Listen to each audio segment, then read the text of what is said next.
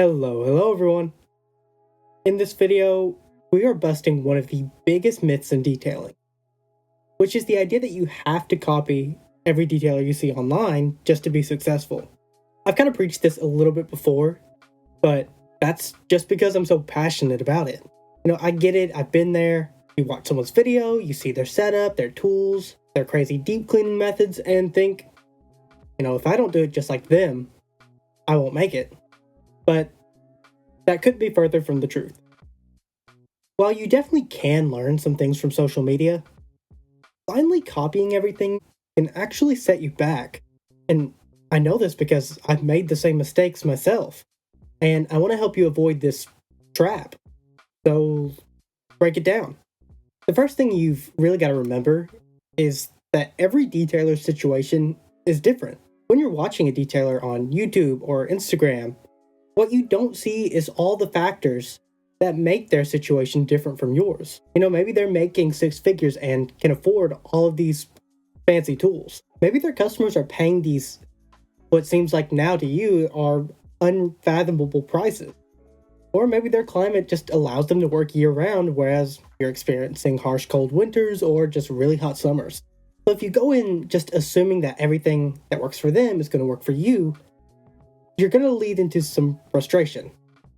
Instead of copying exactly what they're doing, focus on what actually fits your business, say your budget, your workflow, and most importantly, your customers. This kind of leads us into this next step in kind of busting this myth, which is budget smart with versatile tools first. When I started out, every tool I saw, I thought that I needed that to be seen as a real detailer. So I obviously spent money on stuff that I hardly ever touched. 5 years later, there's still things that I've never even used. So my advice is to start with just the most versatile tools possible. And not just for beginners, if you're just trying to be cost effective, start with the most versatile tools possible.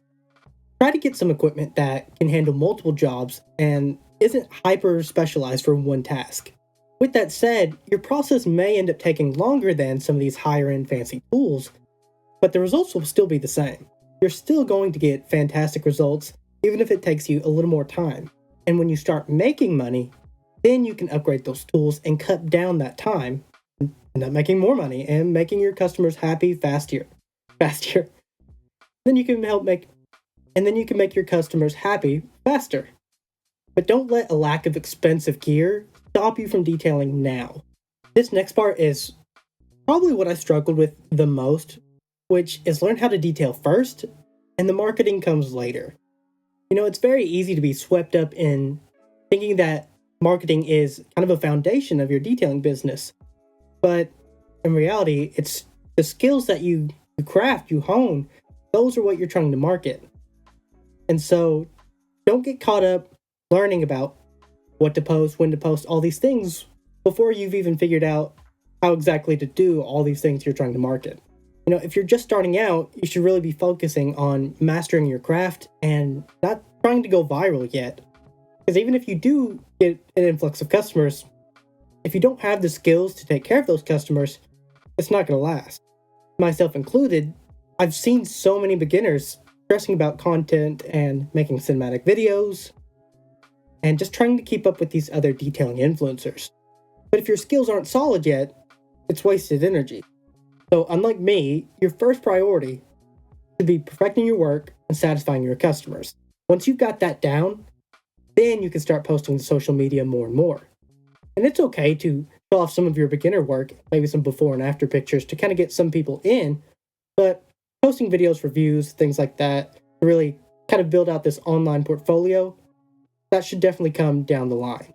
Because social media is great for marketing, but it should never come before your actual business. Which kind of leads us into focus on one platform first. This is another thing I've really struggled with, beginner or not. You don't have to be everywhere at once. Sure, you can make accounts on things and just kind of have those there, but you don't have to post on everything at once. Trying to keep up with all these different platforms and posting, it can be really hard to keep up with everything and to make any real progress. Starting out, I barely kept up, and I barely grew because I was trying to put my eggs in too many different baskets instead of throwing one basket first and learning from that experience and then taking it and implementing it somewhere else. So instead, I think you should focus on one platform, most likely Facebook, just for more local customers and views. But once you've built up some momentum, then you can branch out to these other platforms and see what other kinds of people you can bring in. Which kind of gets us into the whole foundation of this myth, which is the difference between real world detailing and social media detailing. I'm sure I don't have to tell you, but what you see online isn't always how it really is. On social media, detailers tend to take extra steps that look better on camera. A lot of the time, you'll see these tiny brushes being used to foam things up, and instead of a scrub pad the size of your hand, that would make things go a lot faster, because it's more satisfying to watch. They're also taking their time to make every shot look as best as it can, which interrupts the workflow. But when you're running a business, you just don't have time for all that. Most customers are used to in and out car washes, so you don't want to be wasting their time either. So while quality matters, you really have to balance out efficiency with results. Because at the end of the day, there are multiple ways in the detailing industry to get a job done. I've had to get creative before when my pressure washer's been out, and I've ended up using a foam gun over a foam cannon. And obviously, while that may not be as effective in a pre-wash stage, it still helped me lubricate the surface. So use what you can, and try not to waste yours or the customer's time. Which leads us into the last thing I kind of want to talk about for this myth, which is success takes time. The detailing industry has exploded in the last few years. Everyone wants a fancy van, a new shop, all kinds of new equipment. But people tend to forget how long it took those influencers to get where they are. Growth takes time. Just because your setup isn't as flashy as someone else's doesn't mean you won't be just as successful, if not more, in the long run. Stay patient, keep improving, and focus on steady progress instead of overnight perfection. And to kind of round this video out, why I felt the need to talk to you guys about this is that I truly struggled with this a lot. Like I previously mentioned, I still have all these tools or products 5 years later that I've never even touched. Instead of buying for just in case, it might lead you to losing a customer or two, but I do recommend maybe waiting for a customer to ask for a certain product or service and giving it a little bit of time for you to practice those skills and then doing it. This way you can save some money, space, and just unnecessary stress. So if you take one thing from this video, I hope you remember that detailing is about serving your customers and not copying social media. At least not right out the gate. So to any beginner detailers or some who are kind of getting caught up in this new wave of many social media detailers, don't fall into the trap of thinking you have to be exactly like them or who you want to be. They can be an inspiration and a goal, but you can't bring yourself down for wanting to be like them. Learn your craft first, build smart, and grow at your own pace. I hope this video helped you out a little bit, maybe eased your mind some, or maybe you just know a little bit more about me and how I came into the business now.